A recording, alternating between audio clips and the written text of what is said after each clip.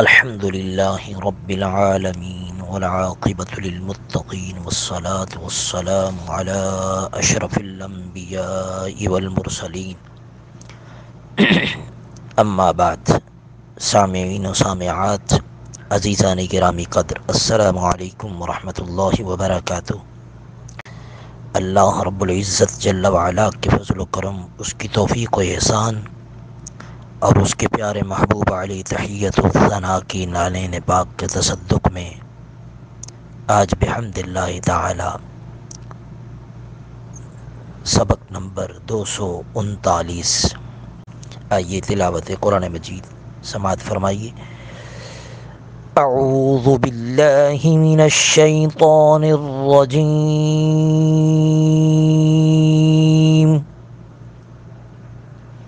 بسم اللہ الرحمن الرحیم۔ الا ان اولیاء اللہ لا خوف علیہم ولا هم يحزنون الذين آمنوا وكانوا يتقون لهم البشرى في الحياة الدنيا وفي الآخرة لا تبديل لكلمات الله ذلك هو الفوز العظيم۔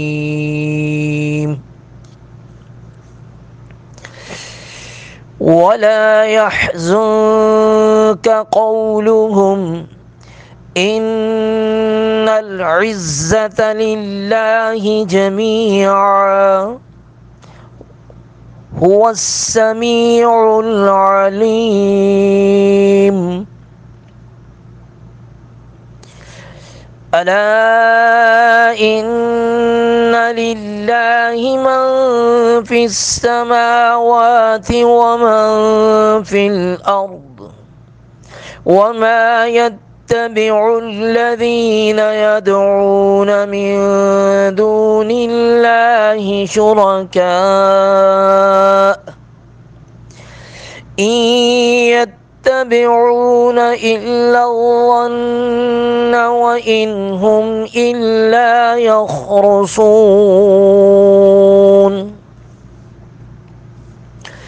هو الذي جعل لكم الليل لتسكنوا فيه والنهار مبصرا إن في ذلك لآيات لقوم يسمعون۔ قالوا اتخذ الله ولدا سبحانه هو الغني له ما في السماوات وما في الأرض إن عندكم من سلطان بهذا أتقولون على الله ما لا تعلمون۔ قل إن الذين يفترون على الله الكذب لا يفلحون۔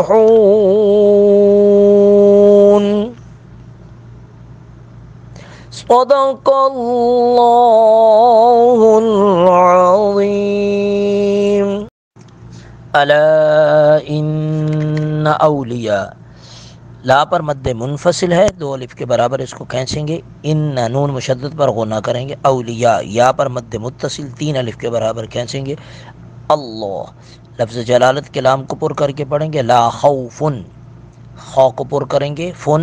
فا پر تنوین، نون تنوین کے بعد عین حروف اظہار میں سے یہاں پہ اظہار کریں گے، نون کو ظاہر کر کے پڑھیں گے، خوف علیہم ولا هم یحزنون، زا کو سختی سے ادا کریں گے، الذین، ذال کو نرمی کے ساتھ ادا کریں گے، آمنوا وکانوا یتقون، وکانوا یتقون، قوف کو پر کر کے پڑھیں گے، لہم البشرا، رو کو پر کر کے پڑھیں گے، فی الحیات الدنیا وفی الآخرہ، رو کو پر کریں گے یہاں پہ بھی، لا تبدیل،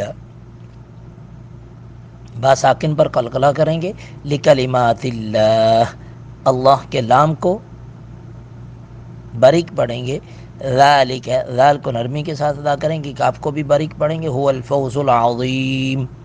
ولا يحزنک، زن نون ساکن کے بعد کاف ہے حروف اخفا میں سے، یہاں پہ زن کو پڑھیں گے زن کا اخفا کر کے، قولہم ان العزت، نون مشدد پر غنہ کریں گے، زا کو سختی سے ادا کریں گے، للہ، لام کو باریک پڑھیں گے، جمیعا هو السمیع العلیم، سین پر سیٹی کی آواز آئے گی، الا ان للہ، لا پر مد منفصل دو الف کے برابر اس کو کھینچیں گے، ان پر غنہ کریں گے، للہ، لام کو لفظ جلالت کے درمیان والی لام کو باریک پڑھیں گے،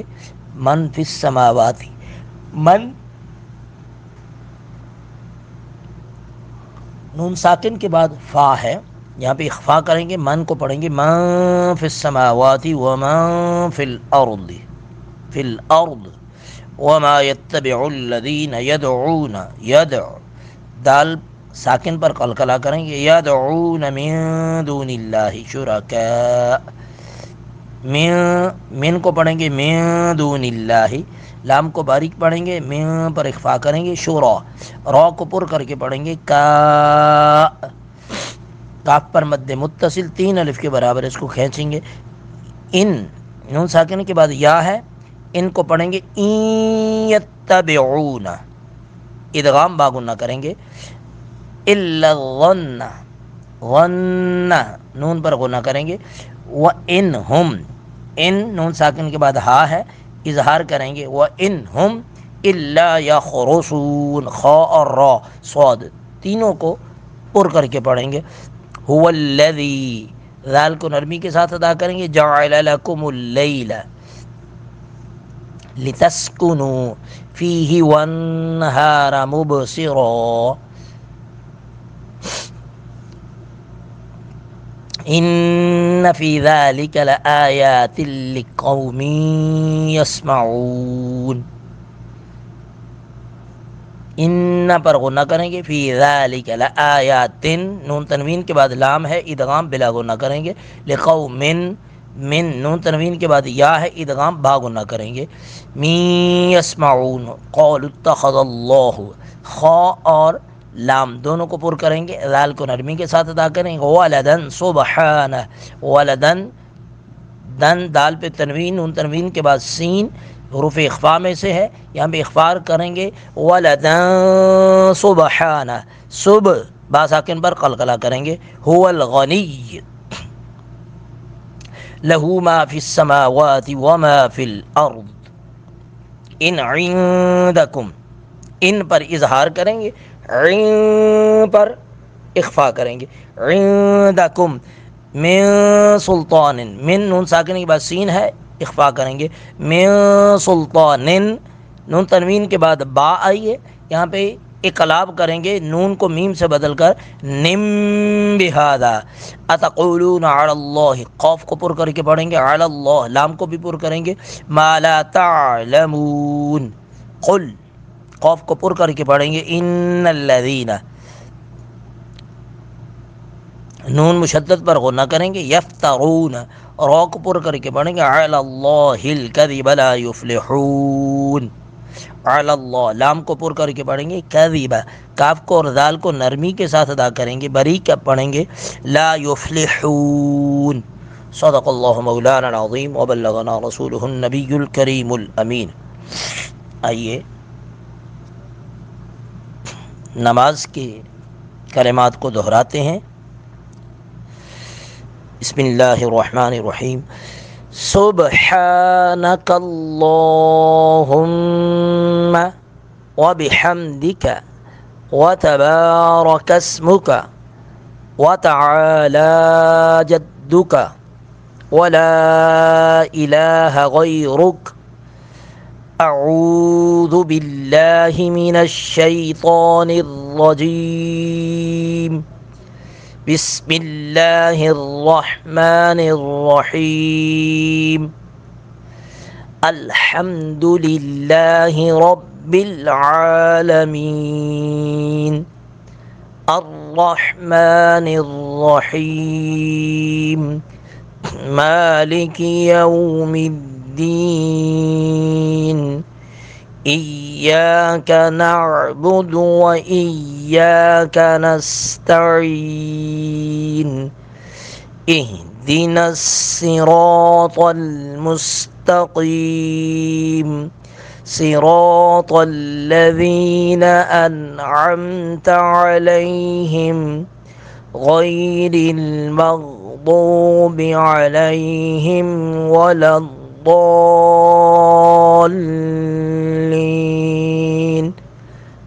آمين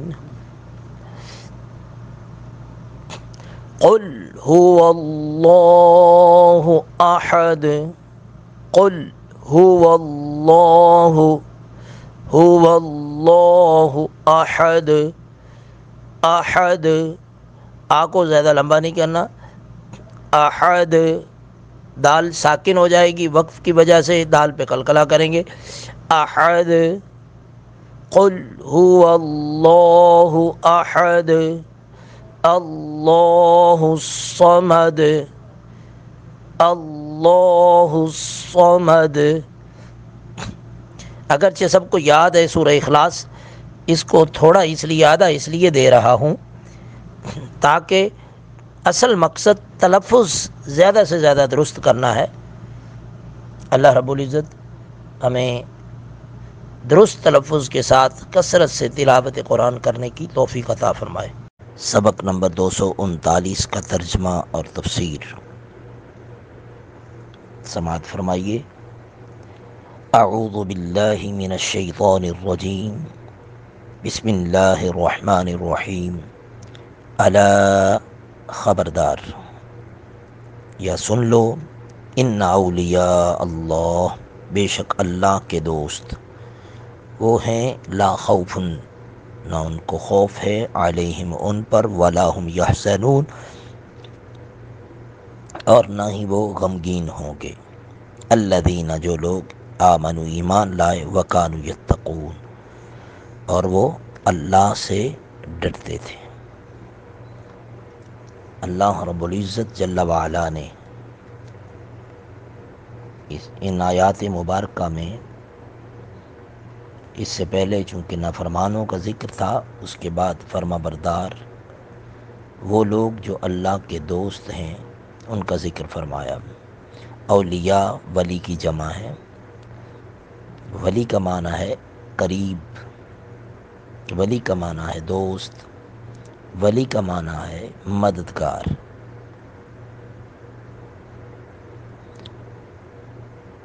ولی کون لوگ ہوتے ہیں؟ وہ سچے اور مخلص مومن جنہیں اللہ جل مجدہ اپنی اطاعت،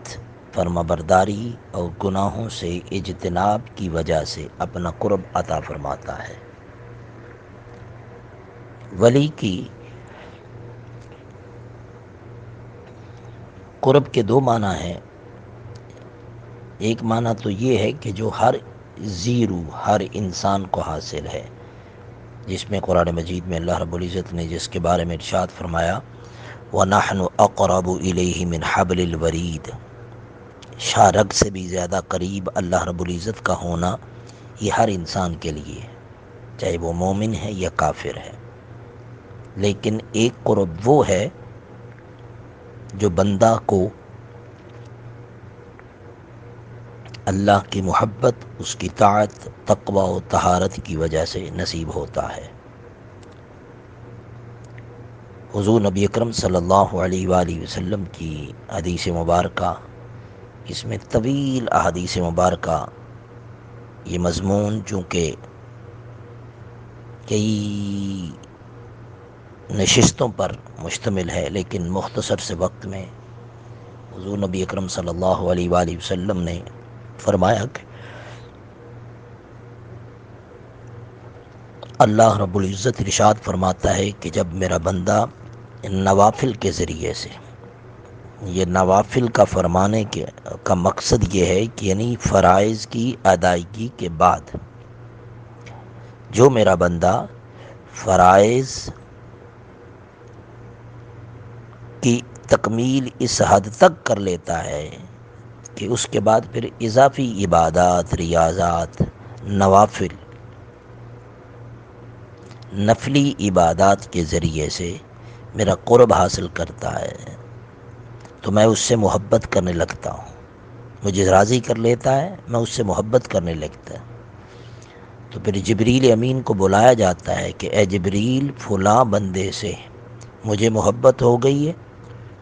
آسمانی کائنات میں اعلان کر دو کہ اس بندے سے میں محبت کرتا ہوں، تم بھی اس سے محبت کرو۔ تو پھر مخلوقات آسمانی جو ہے اللہ کے اس بندے سے محبت کرنے لگ جاتے ہیں، اس کی باتیں کرنے لگ جاتے ہیں۔ پھر اس کے بعد زمین والوں کے پاس جبریل امین کو بھیجا جاتا ہے، اسی طرح ندا دی جاتی ہے، جبریل امین اہل زمین کو پکار کر منادی کرتے ہیں کہ فلاں بندے سے، فلاں بن فلاں سے مجھے محبت ہوگی، اللہ فرماتا ہے تم بھی محبت کرو۔ پھر اللہ رب العزت اپنی مخلوق کے دل میں اس بندے کی محبت ڈال دیتا ہے۔ اسی طرح ایک حدیث مبارکہ میں فرمایا کہ جس بندے کو ناپسند کرتا ہے اللہ تعالی، آسمانی مخلوق بھی اس کو ناپسند کرنے لگ جاتی ہے، ان کی نفرت، اس بندے کی نفرت اللہ رب العزت اپنی مخلوق کے دل میں ڈال دیتا ہے۔ یہاں پہ رک کر ایک چھوٹی سی بات سمجھ لینا چاہیے، محبت اور نفرت کہتے کسے ہیں؟ دنیا کے اندر ہم مختلف قسم کی جماعتوں کے لیڈران کے متعلق، قائدین کے متعلق، ان کے نعرے لگانے والے، ان کا دم بھرنے والے، شور شرابے کرنے والے، ہم سمجھتے ہیں یہ بھی ان سے محبت ہے۔ اصل محبت کیا ہے؟ اس محبت کی بنیاد حدیث مبارکہ میں جو بیان کی ہے وہ محبت ہے۔ اس بنیاد کے علاوہ، اس ذریعہ اور وسیلہ کے علاوہ کسی کی محبت کسی کے ساتھ کیسی بھی ہو، وہ محبت اس زمرے میں نہیں آتی۔ اس کے لیے معیار اللہ کے پیارے محبوب صلی اللہ علیہ وسلم نے بیان فرما دیا، من احب للہ و ابغض للہ و اعطى للہ و منع للہ فقد استکمل الایمان۔ آج ہم اگر دنیا کے کسی لیڈر کے پیچھے چلتے ہیں، اس کے نعرے لگاتے ہیں، تو ہمارا مقصود اس کے اقتدار میں آ جانے کے بعد اس سے مقاصد حاصل کرنا، مفادات کا حصول ہے۔ تو لہذا یہ من احب للہ اس کے زمرے سے نکل گیا، دنیا کی غرض و غایت آ گئی۔ من احب للہ و ابغض للہ، اب اس لیڈر کے دشمن کے ساتھ جو ہماری دشمنی ہوتی ہے وہ بھی مستقل بذات نہیں ہوتی، وہ بھی کسی مفاد کے ٹکرا جانے کی وجہ سے ہوتی ہے، ملنے یا نہ ملنے کی وجہ سے، تعصب کی وجہ سے، عناد کی وجہ سے، کدورت کی وجہ سے۔ تو اللہ کی محبت ان سارے رذائل اخلاق سے پاک ہے۔ یہ اخلاق ذمیمہ جتنے بھی ہیں، برے اخلاق ہیں، ان سے اللہ کی محبت پاک اور صاف ہے۔ تو لہذا یہ بات یاد رکھ لینی چاہیے کہ یہ جن محبتوں کا ذکر کیا گیا کہ اللہ کے کسی بندے سے محبت کا ہونا، فرمایا اللہ رب العزت کن لوگوں سے محبت کرتا ہے؟ فرمایا ایک حدیث مبارکہ میں ارشاد فرمایا کہ جن کو دیکھنے سے، اللہ کے ولی کی پہچان بیان کی کہ جن کو دیکھنے سے اللہ یاد آ جائے، نمبر ایک۔ نمبر دو، وہ اللہ کے محبوب بنتے ہیں جو میری خاطر آپس میں محبت کرتے ہیں، میری خاطر آپس میں ایک دوسرے کی زیارت کرتے ہیں، ملنے کے لیے جاتے ہیں، میری خاطر خرچ کرتے ہیں۔ وہی حدیث مبارکہ جو آقا علیہ السلام نے دوسرے مقام پہ ارشاد فرمایا، میرے لیے محبت، اللہ کے لیے محبت، اللہ کے لیے بغض، اللہ کے لیے خرچ کرنا، وَمَنْ عَلِ اللَّهِ، اللہ کے لیے کسی کو عطا کرنا، اللہ کے لیے کسی کو روک دینا۔ مقصود اور مطلوب اور بنیاد رضا الہی، اللہ کی رضا، اللہ کی محبت، اللہ کی اطاعت، اس کا تقوی، طہارت، یہ سب مقصود ہیں۔ اور ایک اہم بات یہاں پہ یاد رکھ لینی چاہیے، ولایت کے ساتھ کرامت کا کوئی لازم و ملزوم کا تعلق نہیں ہے۔ کرامت کا اظہار ہونا یہ اللہ کی مشیت ہوتی ہے، اللہ کی حکمت ہوتی ہے۔ کسی بزرگ سے، کسی اللہ کے ولی سے، کسی متقی متبع سنت سے کرامت کا ظہور نہ ہونا اس کے ولی نہ ہونے کی دلیل نہیں ہے۔ یہ کرشمہ سازیاں اور کرامتیں اور عجیب و غریب جو آج کے دور میں معاملات چل پڑے ہوئے ہیں، ہم خود ہی کسی کو ولی ڈکلیئر کرتے ہیں اور خود ہی پھر اس کے چرچے مچاتے ہیں، آسمانوں پہ چڑھاتے ہیں، زمین آسمان کے کلابے مناتے ہیں، اس کے لیے نمازیں بھی معاف کرتے ہیں، اس کے لیے حرام حلال کی پابندیاں بھی ختم کرتے ہیں، اللہ اور اس کے رسول صلی اللہ علیہ وآلہ وسلم کے احکامات سے ہٹ کر نئے نئے جو طریقے ذکر کے، فکر کے، قرب الہی کے جو ایجاد کر رہے ہیں۔ کسی کے پاس کوئی نیا ڈھونگ رچانے کا انداز ہوتا ہے، کسی کے پاس کوئی نیا انداز، کسی کے پاس کوئی نیا انداز۔ ایک بات یاد رکھ لینی چاہیے ہمیشہ کے لیے، اللہ کے رسول صلی اللہ علیہ وآلہ وسلم کی سنت اور سیرت اور اسوہ رسول اکرم صلی اللہ علیہ وآلہ وسلم سے اگر کوئی چیز ٹکراتی ہے تو وہ اللہ کا ولی نہیں ہے۔ اللہ کے نبی صلی اللہ علیہ وسلم کی سنت اور سیرت اور کردار مصطفیٰ کا رنگ نہیں چڑھا ہوا تو وہ اللہ کا ولی نہیں ہے۔ قرآن کا، حدیث کا، تعلیمات رسول صلی اللہ علیہ وآلہ وسلم کا علم نہیں ہے تو وہ اللہ کا ولی نہیں ہے۔ ہماری ولایت کے جو معیارات کیا ہیں؟ کسی نے تعویذ دے دیا، کسی نے دم کر دیا، کسی نے پھونک مار دی، کسی نے کوئی جادو ٹونا کر دیا، اس سے ہمارا کوئی اٹکا ہوا کوئی راستہ حل ہو گیا، کوئی کام اٹکا ہوا وہ چل پڑا، تو ہم اللہ کا ولی ڈکلیئر کرتے ہیں۔ ہماری ولایت کی ڈکلیریشن جو ہے اس کا معیار، اس کی بنیاد نہ قرآن پہ ہے، نہ حدیث پہ ہے،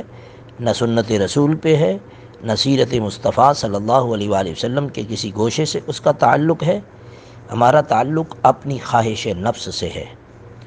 ہماری خواہش، ہماری ضرورت، ہماری دکھ درد، ہماری مصیبت کو دور جو کر دے تو پھر سارے کے سارے ڈاکٹرز اللہ کے ولی ہونے چاہیے، سارے کے سارے حکماء، اطباء اللہ کے ولی ہونے چاہیے، چاہے وہ ہندو ہے، وہ سکھ ہے، وہ کوئی بھی ہے۔ بہرکیف اللہ رب العزت ہمیں سمجھنے کی توفیق عطا فرمائے کہ الا ان اولیاء اللہ لا خوف علیہم ولا هم یحزنون۔ اللہ کے نبی صلی اللہ علیہ وآلہ وسلم نے ولی کی جو پہچان اور ولی کی جو نشانیاں، ولایت کے جتنے بھی اللہ کے رسول صلی اللہ علیہ وآلہ وسلم نے معیارات ہمیں دیے، جو ان کی بنیادیں دیں، اس سے روگردانی کرتے ہوئے، اس سے ہٹ کر ہم کوئی بھی معیار مقرر کرتے ہیں تو وہ سوائے گمراہی کے، ضلالت کے اور کچھ نہیں ہے۔ وہ دلالت و گمراہی ہے، وہ ہدایت کے راستے سے انسان کو بہکانے کا سبب ہے۔ یہ شیطان کے وسوسات ہیں۔ شیطان کی جو ہمارے ساتھ دشمنی ہے، اس کا ایک یہ بھی چال کا طریقہ ہے کہ جیسے قرآن مجید فرقان حمید میں ابھی چند دن پہلے ہم سبق پڑھ کے گئے ہیں کہ زُیِّنَ لِلَّذِینَ کَفَرُوا، وہ کافروں کے لیے، اللہ کے نافرمانوں کے لیے مزین کر دیتا ہے ان کے اعمال۔ زُیِّنَ لِلْمُسْرِفِین، جو مسرفین ہیں، حد سے بڑھنے والے ہیں، ان کے لیے ان کے اعمال وہ مزین کر دیے جاتے ہیں، شیطان مزین کرتا ہے۔ جب اللہ اور اس کے رسول صلی اللہ علیہ وآلہ وسلم کے احکامات سے ہم روگردانی کریں گے تو پھر شیطان کے اس دائرہ اختیار میں آ جائیں گے، اس جال میں پھنس جائیں گے۔ جال میں یا بھیڑیے کے ہاتھ میں وہی بکری آتی ہے جو ریوڑ سے بچھڑ جاتی ہے، جو اپنے گروہ سے بچھڑ جاتی ہے۔ تو ایمان والے، اولیاء، صلحاء، بزرگان دین، علماء حق، قرآن اور حدیث کے ساتھ وابستہ رہنے والے، ان سے جب بھی ہم جدا ہوں گے تو پھر تعویذ گنڈے والے، جھاڑ پھونک والے اور اپنا روزی روٹی کا نظام چلانے والے، اللہ اور اس کے رسول صلی اللہ علیہ وآلہ وسلم کے احکامات کو پامال کرنے والے، سچی جھوٹی ساری کرامتیں مشہور کرنے والے، نیک اور بد، سچے اور جھوٹے، یہ خلط ملط سارے کے سارے احکامات کو گڑبڑ کرنے والے، ان کے ہاتھ میں ہم آئیں گے پھر۔ اور ہمارے ہاں ایک یہ بھی بہت بڑی مرض ہے کہ ہم خوب سے خوب تر کی تلاش میں رہتے ہیں۔ یہ تلاش بھی ہمیں پھر، اور اس تلاش کے اندر جو ایک سے دوسرا اعلیٰ درجہ رکھتا ہے، اس کے لیے ہم نے معیار بھی اپنی خواہش کا رکھا ہوا ہے، معیار بھی ہم نے اپنے عقل کے مطابق رکھا ہوا ہے، معیار بھی نہ قرآن کا ہے، نہ حدیث کا ہے، نہ صحابہ کا ہے، نہ تابعین کا ہے، نہ تبع تابعین کا ہے، نہ مجتہدین کا، مفسرین کا، محدثین کا۔ پچھلے 1000 سالہ ادوار میں سے کسی بزرگ، کسی عالم، کسی امام، کسی مجتہد، کسی مفسر، کسی محدث، کسی قرآن اور حدیث سے جڑے ہوئے کسی عالم کے بتائے ہوئے قانون اور اصول اور ضوابط پر ہماری بنیاد نہیں ہے۔ ہماری بنیاد آج سے 150 سال کے جتنے بھی اپنے بنائے ہوئے قوانین ہیں، ہماری بنیادیں وہ ہیں۔ خدا را خدا را خدا را، آج امت مسلمہ جس دھانے پہ جا کھڑی ہوئی ہے، جس تباہی اور بربادی کے دہانے پر آج امت مسلمہ کھڑی ہے، دنیا کے اندر 2.25 ارب مسلمان ہونے کے باوجود آج ذلیل و رسوا کیوں ہو رہے ہیں؟ اس میں سب سے بڑی وجہ یہ ہے کہ ہم نے قرآن سے اور صاحب قرآن، تاجدار انبیاء، امام المرسلین محمد رسول اللہ صلی اللہ علیہ وآلہ وسلم سے اپنا رشتہ محبت، رشتہ غلامی، رشتہ اطاعت، رشتہ اتباع، فرما برداری، ہم نے یہ سارے رشتے، وفا کے رشتے سارے توڑ دیے۔ ہم نے ان کو چھوڑ کر صرف اور صرف ان کے نام پر، ان کے نام کی وجہ سے ہم نے ایسے لوگوں سے اپنے رشتے، اپنی ضرورتیں، اپنی حاجتیں ایسے لوگوں سے وابستہ کر لی ہیں کہ جن کا دور دور سے نہ قرآن سے، نہ حدیث سے، نہ حدیث صاحب قرآن سے،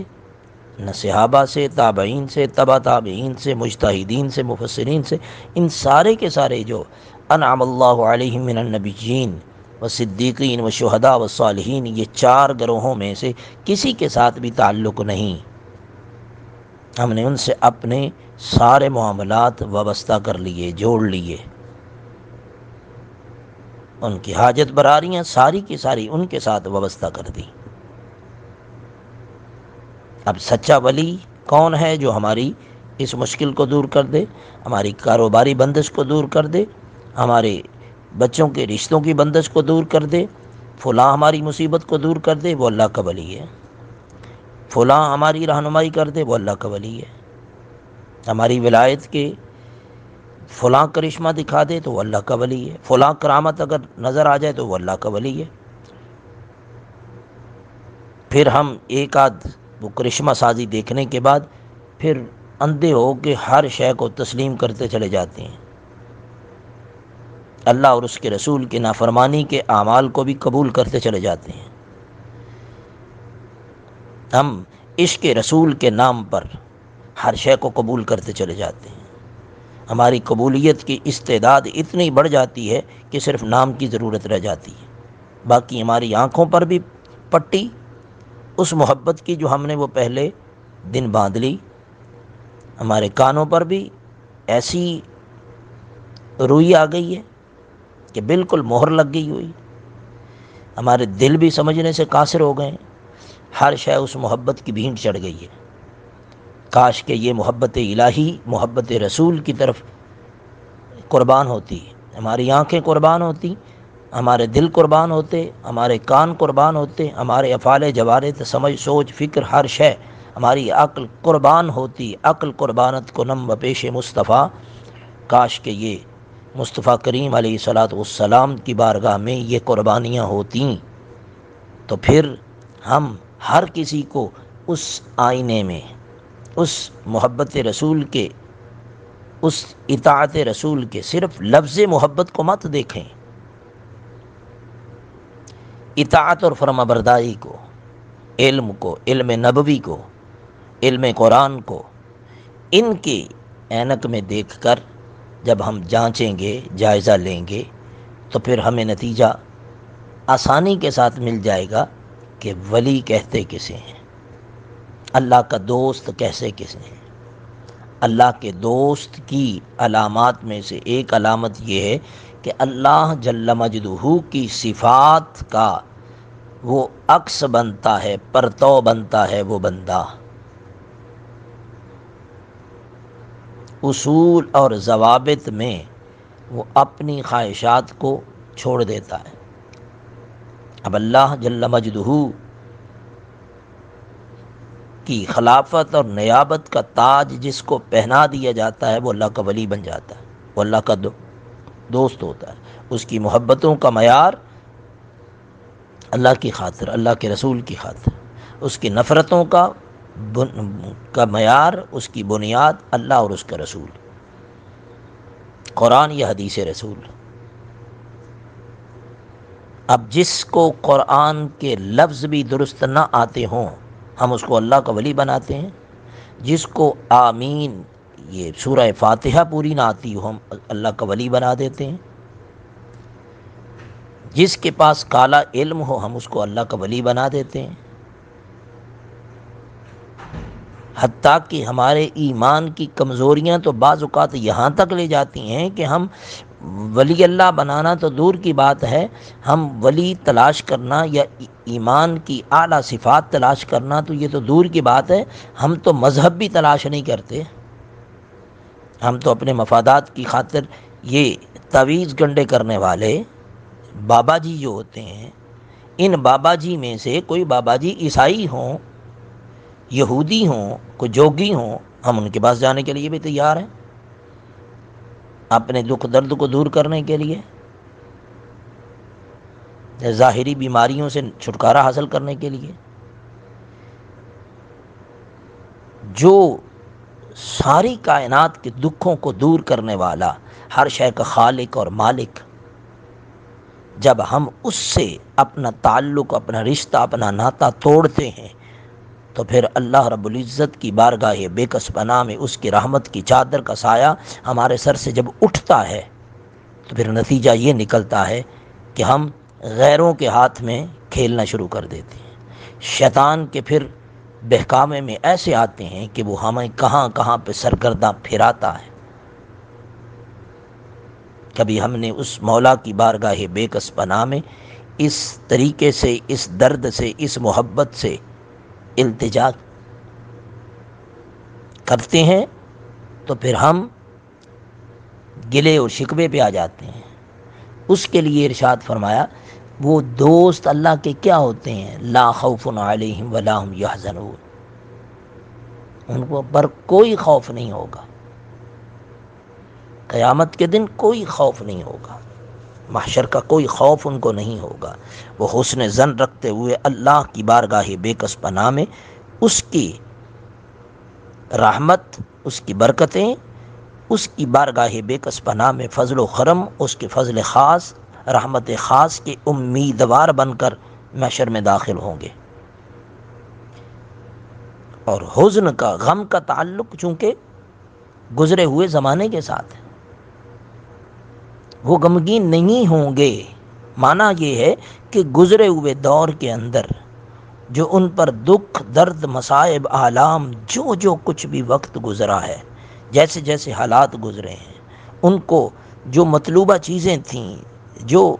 دکھ درد کے دور ہو جانے کے معاملے میں ان کی دعائیں تھیں،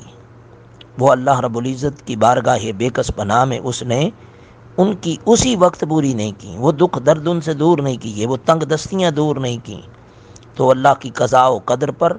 مسرور اور مطمئن رہتے ہیں، اس کی تقدیر پہ راضی رہتے ہیں، اس کی رضا پہ راضی رہنے والے ہوتے ہیں۔ ان کو کوئی غم نہیں ہوگا کہ ہمیں دنیا کے اندر یہ دکھ آئے، یہ تکلیفیں آئیں، یہ جو کمزوریاں ہمارے اندر رہیں، یہ محرومیاں ہمیں دکھائی گئیں، چونکہ وہ اس کی رضا پہ راضی رہنے والے ہوتے ہیں۔ تو یہ بھی کوئی دلوں کے اندر گلہ اور شکوہ اور کدورت کا پیدا ہونا ممکن ہی نہیں ہے۔ جو اس کی رضا پہ مطمئن ہو جانے والے ہوتے ہیں، پھر اللہ رب العزت ان کو یہ نعمت عطا کرتا ہے کہ اپنی ولایت عطا کرتا، اپنی دوستی عطا کرتا، اپنی قربت عطا کرتا، اپنی محبت عطا کرتا، اپنا محبوب بنا لیتا ہے۔ اور جب وہ محبوب بناتا ہے تو تاجدار کائنات صلی اللہ علیہ وسلم نے فرمایا، متفق علیہ حدیث، فرمایا کہ میں اس کے کان بن جاتا ہوں، میں اس کی آنکھیں ہوتا ہوں، اللہ رب العزت میں اس کے ہاتھ ہوتا ہوں۔ یعنی اللہ رب العزت کی طاقت اور قدرت، اللہ رب العزت اس کا مظہر اس بندے کو بنا دیتا ہے، اپنی طاقتوں کا، اپنی قدرتوں کا، اپنی محبتوں کا، اپنی نوازشات کا، عنایات کا، تجلیات کا، رحمتوں کا، برکتوں کا مظہر بنا دیتا ہے۔ اللہ تعالیٰ پھر اپنے اس بندے کے ہاتھوں پہ اظہار کرتا ہے۔ اور جہاں تک یہ کرامت کا تعلق ہے، ولی کی زندگی کے اندر کرامت کیا ہے، اس کی مثال استاذی المکرم دامت برکاتہم القدسیہ نے بڑی محبت سے، بڑی پیاری سی دی تھی۔ فرمانے لگے کہ جیسے تیز گاڑی چلتی ہے اور تیز گاڑی کے چلنے کے ساتھ ساتھ تیز ہوا میں کچھ چھوٹے چھوٹے کینکر بھی اٹھتے ہیں، وہ بھی ساتھ اڑتے ہیں، مٹی کے ذرات بھی اڑتے ہیں، جو مختلف چیزیں، خس و خاشاک، تنکے ہلکے پھلکے، وہ جو ساتھ اڑتے ہیں، بکھرتے ہیں، اس طرح ولی کی زندگی میں اس کی جو ولایت کی، محبت الہی کی جو گاڑی تیز چل رہی ہوتی ہے، تجلیات الہی کی گاڑی چل رہی ہوتی ہے، اس میں جو تنکے ادھر ادھر بکھرتے ہیں، وہ ولی کی کرامتیں ہوتی ہیں۔ ولی کی ولایت کا مقصود و مطلوب کرامت نہیں ہے، ولی کا مطلوب و مقصود اس کی زندگی کا، اس کے تقوی و طہارت کا، اللہ کی خوشنودی ہے، اللہ کا تقوی ہے، اللہ کی محبت ہے۔ اور جو ولی کی زندگی میں اس کی ولایت کے ساتھ معمولی سا تعلق، ہم نے اس کو آسمان پہ چڑھا دیا، زمین و آسمان کے کلابے ملا دیے، اور جو مطلوب و مقصود تھا، ولی کی زندگی اطاعت الہی کے تابع ہوتی ہے، ہم نے اس طاعت والی زندگی کو اپنا نمونہ اور مشعل راہ بنانے کے بجائے ہم نے اور کچھ لے لیا۔ یہی وجہ ہے کہ پھر ہمیں ہر بندہ ولی نظر آتا ہے۔ اور ایک بات یاد رکھ لینی چاہیے کہ جس کو ہم اللہ کا ولی بنا رہے ہیں، اس کے پاس اس سے تعلق رکھنے والے، اس سے عقیدت، اس سے ارادت، اس سے محبت رکھنے والے لوگوں کی کیفیات کو دیکھا جائے کہ وہ اہل تقوی ہیں، اہل علم ہیں، اہل معرفت ہیں، یا عوام الناس کا ہجوم ہے، اہل مصیبت عوام الناس اس کے پاس آتے جاتے ہیں اپنی حاجتیں لے کر، بے علم لوگ آتے جاتے ہیں، بے تقوی اختیار نہ کرنے والے آتے جاتے ہیں، بے عمل لوگ زیادہ ہجوم رہتا ہے، با کردار لوگوں کا ہجوم ہے یا بے کردار لوگوں کا ہجوم ہے، متبع سنت، سنت کی اتباع کرنے والے، سیرت رسول صلی اللہ علیہ وسلم کے سانچے میں ڈھلے ہوئے لوگ، کیا ان لوگوں کا اللہ کے قرآن کے سمجھنے والے علماء، اولیاء، صلحاء، اس جس کو ہم اللہ کا ولی بنا رہے ہیں، اس کے پاس ان کا بیٹھنا، اٹھنا، ان سے محبت کرنا کن لوگوں کا ہے؟ ہمارا معیار اپنا ہے، خدا کے لیے اس معیار کو چھوڑیے، قرآن کو معیار بنائیے، اپنی خواہشات، اپنی ضروریات، اپنے دکھ، درد، مصائب و آلام کو ایک طرف رکھتے ہوئے اللہ کے قرآن کو، اللہ کے نبی صلی اللہ علیہ وسلم کے فرمان کو، قرآن اور صاحب قرآن علیہ تحیۃ والثناء، ان کو اپنا معیار بنائیں گے تو تب کامیابی ہوگی، تب یہ دنیا کی مصیبتوں سے ہماری جان چھوٹ سکتی ہے، تب ہم قرآن کو سمجھ سکتے ہیں۔ یہ وجہ یہ ہے کہ ہمارا تعلق، ہمارا رشتہ جو قرآن سے ٹوٹ چکا ہوا ہے، اس وجہ سے ہم در بدر سرگرداں پھر رہے ہیں، ٹھوکریں کھا رہے ہیں، ٹھوکریں کھاتے پھرو گے در بدر، انہی کے در پر پڑ رہو قافلہ، تو اے رضا اول گیا آخر گیا۔ قافلے تو آتے جاتے رہتے ہیں، لیکن اگر ٹھوکروں سے بچنا ہے تو در مصطفیٰ کے غلام بن جانا چاہیے، گداگر بن جانا چاہیے، در رسول صلی اللہ علیہ وسلم کی خوشاشینی کرنی چاہیے، ان کی بارگاہ بے کس پناہ سے ہی ہمیں علم کی بھیک مانگنی چاہیے، خیرات مانگنی چاہیے، انہی کے در سے نصیب ہوگا۔ در خدا و مصطفیٰ ہی سب کچھ ہے، اس لیے خدا کے در کا پتہ چلتا ہے مصطفیٰ کے در سے، مصطفیٰ کے در کا مقام و مرتبہ کا احساس ہوتا ہے خدا کے در سے، خدا کی بارگاہ بے کس پناہ سے۔ تو اللہ رب العزت اپنے محبوب کے مقام و مرتبے کو عطا فرماتا ہے، پہچان کرواتا ہے، اور مصطفیٰ کریم علیہ الصلوۃ والسلام کی آپ کی شان، اللہ رب العزت کی عظمتوں کو، شانوں کو، اس کے مقام اور مرتبے کو، معرفت الہی کو ہم تک پہنچانا، ہمیں پہچان کروانا، یہ میرے آقا صلی اللہ علیہ وآلہ وسلم کی شان ہے۔ اور آج بدقسمتی یہ ہے، المیہ یہ ہے ہماری قوم کا کہ ہم نہ در مصطفیٰ کے رہے، نہ در خدا کے رہے، بارگاہ مصطفیٰ و خدا دونوں سے ہم جدا ہو کر ہم اللہ کی مخلوق میں سے ایسے لوگوں کے ہاتھ میں کھیل رہے ہیں، اور اس شیطان مردود کے وسوسات اور اس کے جتنے بھی جال بنائے ہوئے ہیں، ہم اس میں پھنسے ہوئے ہیں۔ ہم اپنا کاروباری معاملہ ہو، تجارت ہو، اولاد کا معاملہ ہو، دکھ، درد، مصائب و آلام، ہر چیز کا حل شارٹ کٹ اور ایسے راستے سے مانگتے ہیں جس سے ہمیں نہ قرآن پڑھنا پڑے، نہ حدیث پڑھنی پڑے، نہ عمل کرنا پڑے، نہ نماز پڑھنی پڑے۔ ہم کیا کہتے ہیں؟ قرآن مجید سیکھ، فلاں آیت، فلاں دعا، فلاں طریقہ، پنجگانہ نماز میں یہ پڑھیں، یہ پڑھیں، یہ پڑھیں۔ ہم چاہتے ہیں شارٹ کٹ، حضرت صاحب کوئی تعویذ دے دیں۔ یہ مصروفیات کاروباری بہت زیادہ ہوتی ہیں، فلاں ہے، فلاں ہے، یہ بیماری ہے، یہ بیماری ہے، میں نماز بھی نہیں پڑھ سکتا، میں نماز بھی نہیں پڑھ سکتی، بھائی ہو، بہن ہو،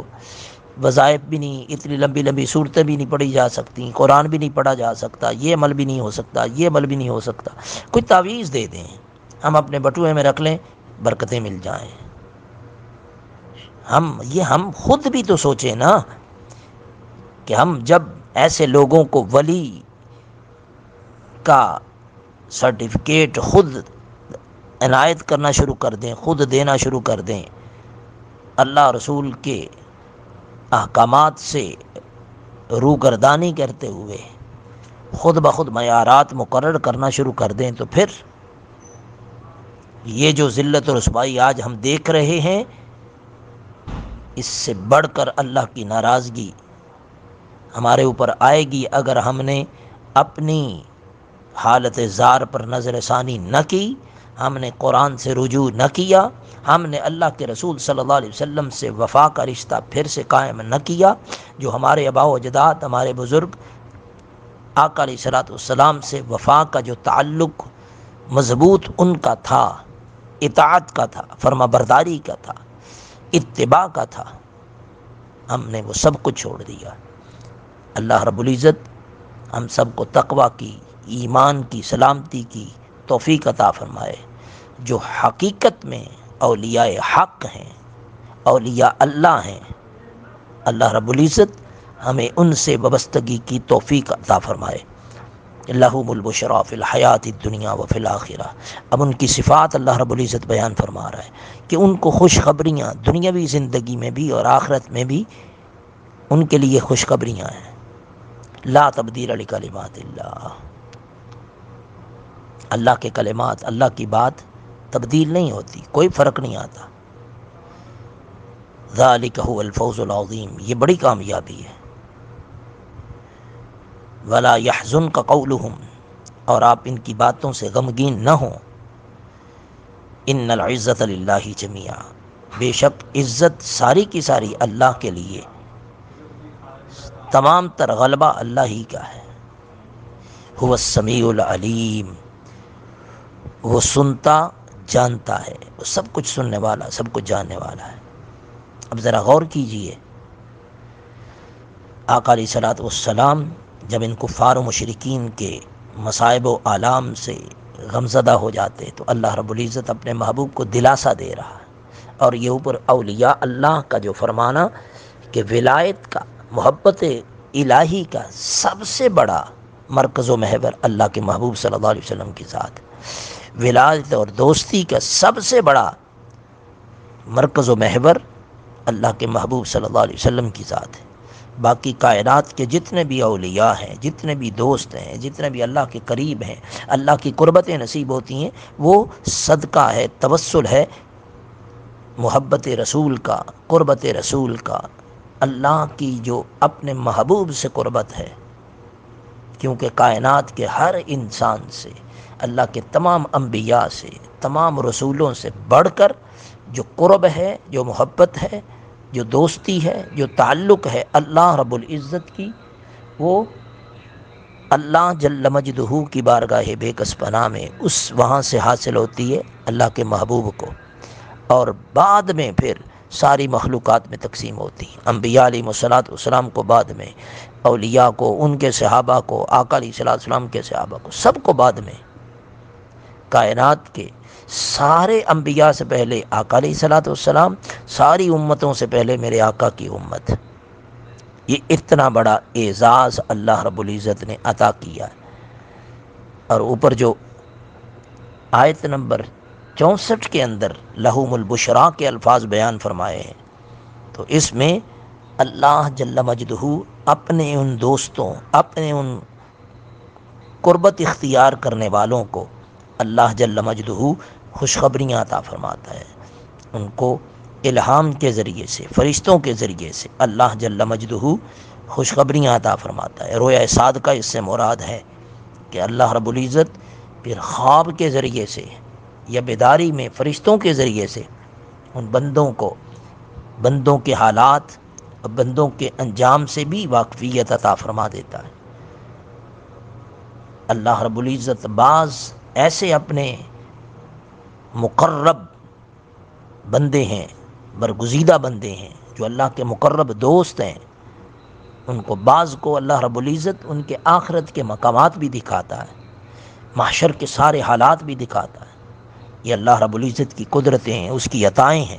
اس کا انکار کسی طرح بھی نہیں کرنا چاہیے، کیونکہ یہ قرآن کا انکار ہے۔ یہ بشارتیں دنیا کی زندگی میں اللہ رب العزت کا عطا کرنا اپنے ولیوں کو، اس کا معنی کیا ہے؟ اس کا معنی یہی مفسرین کرام نے بیان فرمایا ہے، حتیٰ کہ تمام مکاتب فکر کے علماء،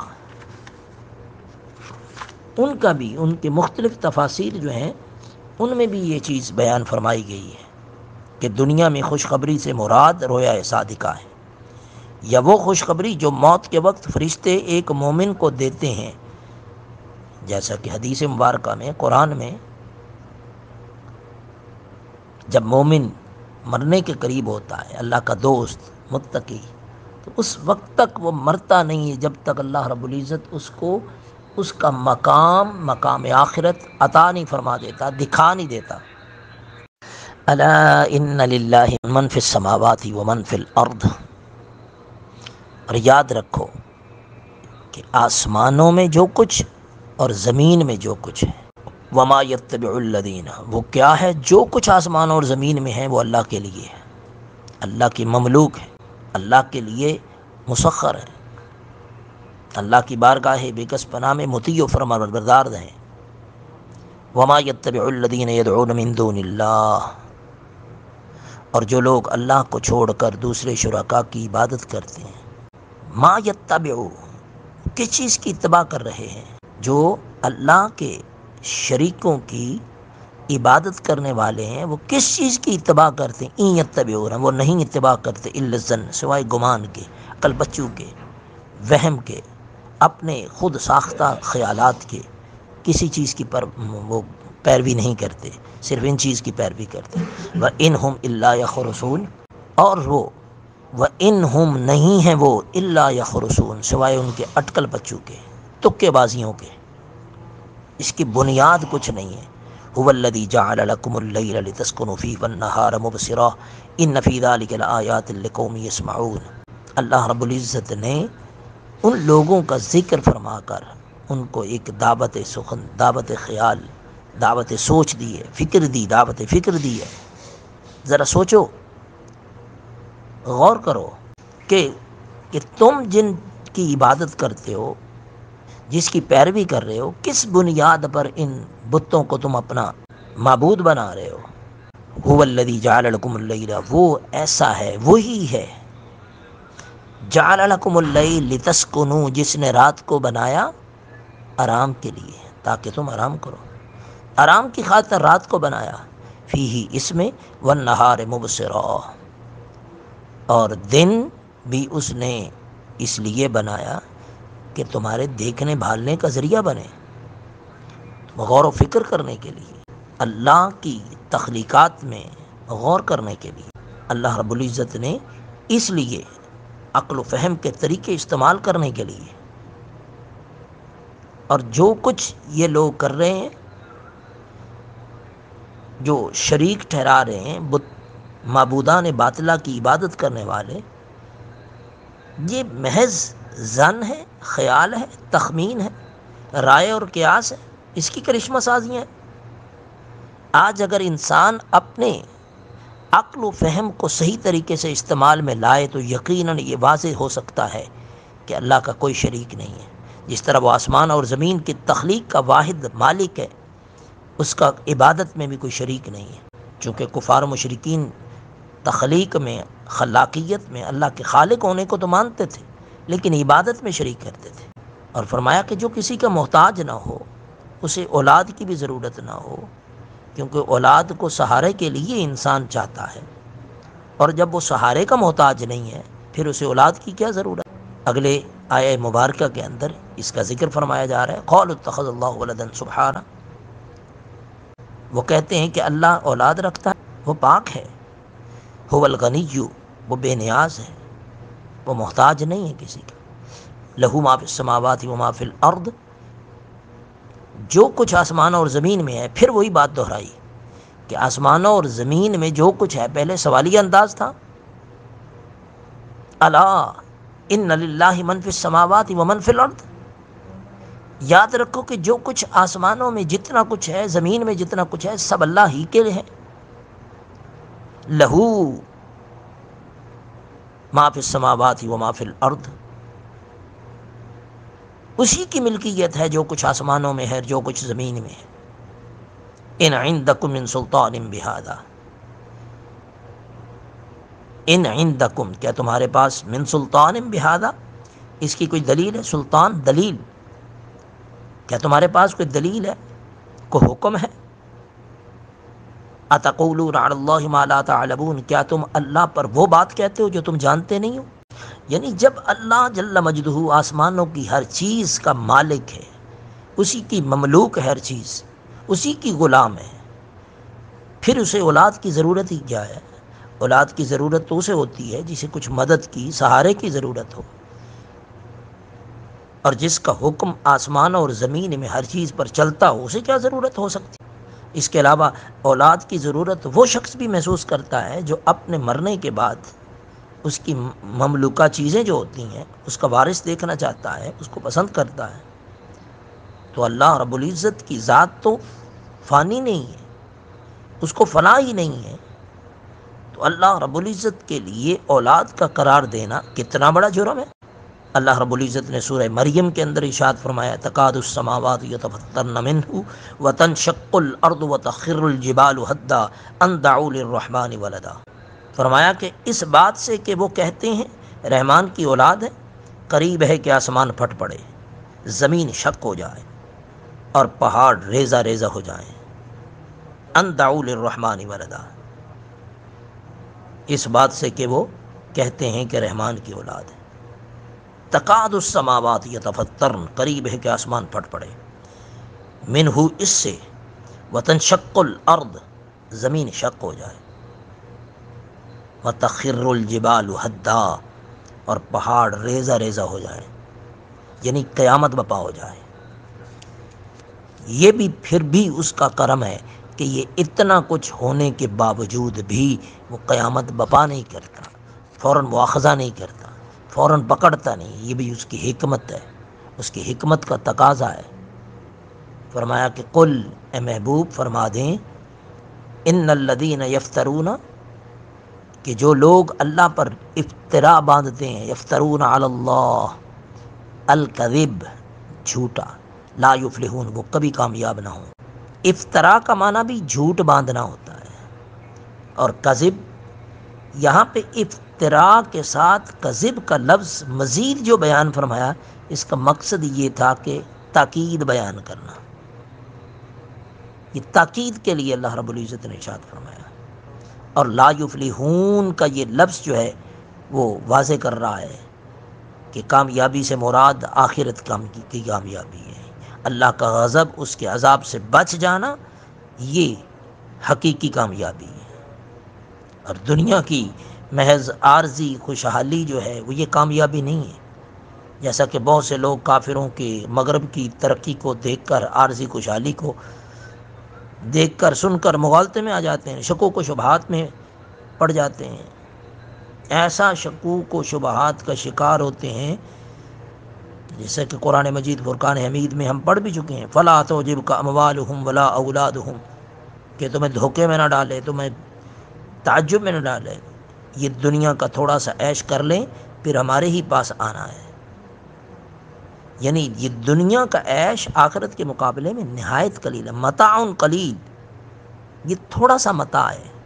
پوری کائنات اگر سونے چاندی سے بھر جائے، زمین و آسمان بھی بھر جائیں تو پھر بھی قلیل ہے، حالانکہ پوری کائنات کا احاطہ بھی آج تک کوئی سائنس نہیں کر سکی، شمار نہیں کیا جا سکتا، وہ قلیل ہے۔ تو پھر اللہ رب العزت جن کو عظیم کہے، یہ پیچھے جو فرمایا نا ذالک الفوز العظیم، آج کے سبق کی ابتدا جس آیت سے ہوئی ہے 62، 63 اور 64، اللہ رب العزت نے اپنے دوستوں، اپنے محبوب بندوں کی صفات بیان فرماتے ہوئے کہ یہی کامیابی ہے۔ بڑی کامیابی کیا ہے؟ اللہ کی دوستی ہے۔ بڑی کامیابی کیا؟ اس کی اطاعت ہے۔ بڑی کامیابی کیا ہے؟ اس کی فرما برداری ہے، اس کا قرب ہے، اس کی رضا پہ راضی رہ جانا، اس کی قدرت پر، اس کی قضا پر، اس کی تقدیر پر۔ اس کی رضا میں اپنی رضا کو گم کر دینا، فنا کر دینا۔ فنا فی اللہ اسی چیز کا نام ہے کہ اللہ کی ذات میں، اس کی صفات میں، اس کی خواہشات میں، اس کی چاہتوں میں، اس کی محبتوں میں اپنی ہر طرح کی محبت کو، چاہت کو، الفت کو، اپنی خواہشات کو، تمناؤں کو، آرزوؤں کو، ہر شے کو فنا کر دینا اس کی ذات و صفات میں۔ یہی اللہ کی محبت کا، اللہ کی محبوبیت کا، اللہ کے قرب کا سبب ہے۔ اللہ کی ولایت کا، قرب کا، دوستی کا سبب تعویذ گنڈا نہیں ہے۔ یہ بات یاد رکھ لینی چاہیے۔ امام اہل سنت امام احمد رضا خان رحمۃ اللہ تعالی علیہ کے لفظ یاد رکھیں۔ یہ جادو ٹونے، جن، بھوت، یہ کیا چیزیں جو اس کے قرب میں آ جاتا ہے، یہ سب اس کے غلام ہو جاتے ہیں۔ آپ کے کسی غلام، کسی عقیدت مند، کسی محبت کرنے والے کی بیٹی کو جنات کا سایہ ہوا، تنگ کیا، فرماتے جاؤ جا کر کہو احمد رضا کہتا چھوڑ دے ورنہ سزا دوں گا۔ یہ لفظ صرف بولے ہیں، چھوڑ کے چلا گیا۔ آئیے، یہ ہے قرب الہی، یہ ہے محبت رسول۔ یہ نہیں ڈنڈا پکڑ کے مار مار کے یہ کیا ہو رہا ہے جی، جنات نکالے جا رہے ہیں، فلاں کیا ہو رہا ہے جی، یہ جی تعویذ گنڈا ہو رہا ہے جی، یہ جادو ٹونا ہو رہا ہے جی، یہ فلاں ہو رہا ہے، جادو کی کاٹ ہو رہی ہے۔ ہر طرح کی غیر شرعی اور غیر اسلامی اور غیر اخلاقی حرکات کو بھی ہم کیا کیا نام دے دیتے ہیں۔ یاد رکھ لیں، ایک فرمان، ایک نچوڑ قرآن اور حدیث کا، لا طاعت لمخلوق فی معصیت الخالق، اللہ کی نافرمانی میں کسی مخلوق کی اطاعت جائز نہیں۔ بس جس کام میں اللہ کی نافرمانی ہو رہی ہو، اللہ کے رسول کی نافرمانی ہو رہی ہو، اس کے اندر بظاہر کتنا بھی حسن، نیک حسن نظر آ رہا ہو، اس کو مت کریں۔ تو فرمایا حقیقی کامیابی کیا ہے؟ حقیقی کامیابی اللہ کی بارگاہ بے کس پناہ میں عذاب سے بچ جانا، اس کا قرب حاصل کر لینا، اس کی محبت حاصل کر لینا، اللہ رب العزت کی بارگاہ بے کس پناہ میں دائیں ہاتھ میں اعمال نامے کا آ جانا، یہ کامیابی ہے۔ اور یہ دنیا کی جو کامیابی مختلف قومیں کامیاب ہوئی ہیں، ان کی ترقیاں، ان کی خوشحالیاں، ان کی مادی ترقیاں جتنی بھی ہیں، یہ ساری کی ساری فلاح کی دلیل نہیں ہیں، بلکہ مادی کامیابیاں ان کی جہد مسلسل کا جو ثمرہ ہے، اس کا پھل ہے۔ اور یہ ظاہری اسباب کے مطابق ہر اس قوم کو حاصل ہو سکتی ہیں۔ اللہ رب العزت عطا کرتا ہے جو اسباب کو بروئے کار لاتے ہوئے اس کی بارگاہ بے کس پناہ پہ اپنی محنت کو پیش کرے، چاہے وہ مومن ہو، وہ کافر ہو، وہ دہریہ ہو، وہ اللہ کی ذات کا انکار کرے، اللہ کے ساتھ شریک کرے، کوئی بھی ہو، اللہ رب العزت کسی کی محنت کو ضائع نہیں۔ اور یہ کامیابیاں، ایک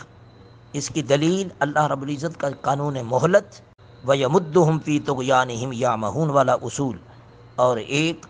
جو انسان کی محنت کو ضائع نہ کرنے والا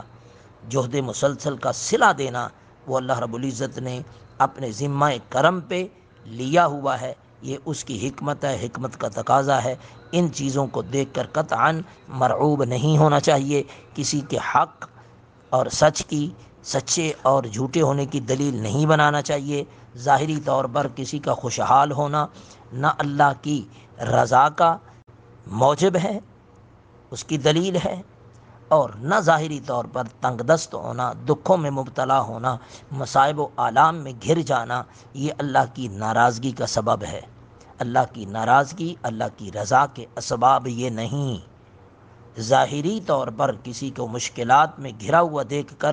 مت فتویٰ لگائیں کہ اللہ اس سے ناراض ہو گیا، کیا معلوم کہ اللہ اس سے کتنا راضی ہو۔ اگر ان چیزوں کو دیکھنا ہے تو پھر 13 سالہ مکی دور، وہ سارے کا سارا معاذ اللہ استغفر اللہ نقل کفر نباشد، جس میں اللہ رب العزت یہ مکی دور کی صورت جو آج ہم نے پڑھی ہے، جس میں فرمایا فلا يحزنک قولہم، اے محبوب ان کی باتیں آپ کو دکھ نہ دیں، آپ کو غمگین نہ کریں، آپ دکھی نہ ہوں، تکلیف محسوس نہ کریں۔ یہ کیا ہے؟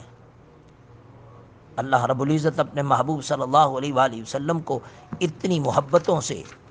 اتنے لاڈ سے، اتنے پیار سے جو بلاتا ہے، والضحیٰ، کیا ہے محبوب چاشت کے وقت کی قسم، تیرے چہرے کی قسم جو والضحیٰ، ضحیٰ کے وقت کی طرح چمکتا ہے، چمکتے ہوئے دن کی طرح تیرا چہرہ جو چمکتا ہے اس کی قسم، واللیل اذا سجا، فرمایا لیل رات کی سیاہی کی قسم۔ اب رات کی سیاہی کیا ہے؟ یہ رات کی سیاہی ایک اشارہ اور استعارہ، ایک کنایہ ہے، آپ کی زلفوں کی قسم فرمائی جا رہی ہے۔ تمام مفسرین کرام نے یہ فرمایا، چاشت کے وقت کی قسم، رات کے چھپ جانے کی قسم۔ یہ مکی دور کی صورتیں ہیں۔ مقصود کیا تھا کہ کافروں نے تانا دیا محمد کا رب ناراض ہو گیا، محمد کا رب ناراض ہو گیا۔ کچھ وقت وحی نازل نہیں ہوئی، اللہ رب العزت نے اپنے محبوب کو دلاسا دینا ہے، تسلی دینی ہے۔ فرمایا ما ودعک ربک، تیسری آیت میں جا کے اصل بات شروع کی، پہلے دو قسمیں ارشاد فرمائی۔ ورنہ اگر صرف چاشت کے وقت کی بات کی جائے، رات کی بات کی جائے، اس کی سیاہی کی بات کی جائے، تو اس سے مراد آقا علیہ الصلوۃ والسلام کے دل کی تسلی جو ہے اس کو ظاہراً کوئی ربط نہیں معلوم ہوتا۔ مفسرین کرام نے یہ بیان فرمایا ہے کہ ربط یہی ہے کہ دن کے چمکنے کی قسم فرما کر اشارہ آقا دو جہاں تاجدار کائنات صلی اللہ علیہ وسلم کے چہرہ والضحیٰ کی طرف۔ سورہ علم نشرح لک صدرک ووضعنا عنک وزرک الذی ینقض ظہرک، یہ کیا ہے؟ یہ اللہ کی ناراضگیاں۔ تو اس کا معنی یہ ہے کہ مکی دور کے اندر جتنے دکھ آئے، مصائب و آلام آئے، جو کچھ بھی ہوا، مصیبتوں کے پہاڑ ٹوٹے، 3 سال تک معاشرتی بائیکاٹ رہا شیب ابی طالب میں، جو اس دکھ اور درد میں آقا علیہ الصلوۃ والسلام نے وقت گزارا، یہ اللہ کی ناراضگی نہیں ہے۔ تو ظاہری تکالیف، مصائب، آلام، دکھ، درد، تنگ دستیاں، مالی طور پر فراوانی کا نہ ہونا، خوشحالی کا نہ ہونا، یہ قطعاً اللہ کی نافرمانی کی، اللہ کی ناراضگی کی، اللہ رب العزت کے چھوڑ جانے کی دلیل نہیں ہے، اللہ سے دوری کی دلیل نہیں ہے۔ اور دوسری جانب یہ قطعاً دنیا کی عیش و عشرت، دنیا کا مال و دولت، دنیا کی خوشحالیوں کا مل جانا اللہ کی رضا کی، اللہ کی محبت کی، اس کی قربت کی دلیل نہیں ہے۔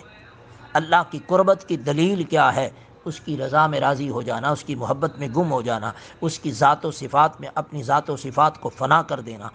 اس کی چاہتوں میں، اس کی محبتوں میں، اس کی الفتوں میں اپنی چاہتوں کو، الفتوں کو، اپنی محبتوں کو، اپنی خواہشات کو اس کی خواہشات پر قربان کر دینا، فنا کر دینا، اپنی ہر شے کو اس کی ہر رضا میں فنا کر دینا، یہ ہے اللہ کی رضا کی دلیل۔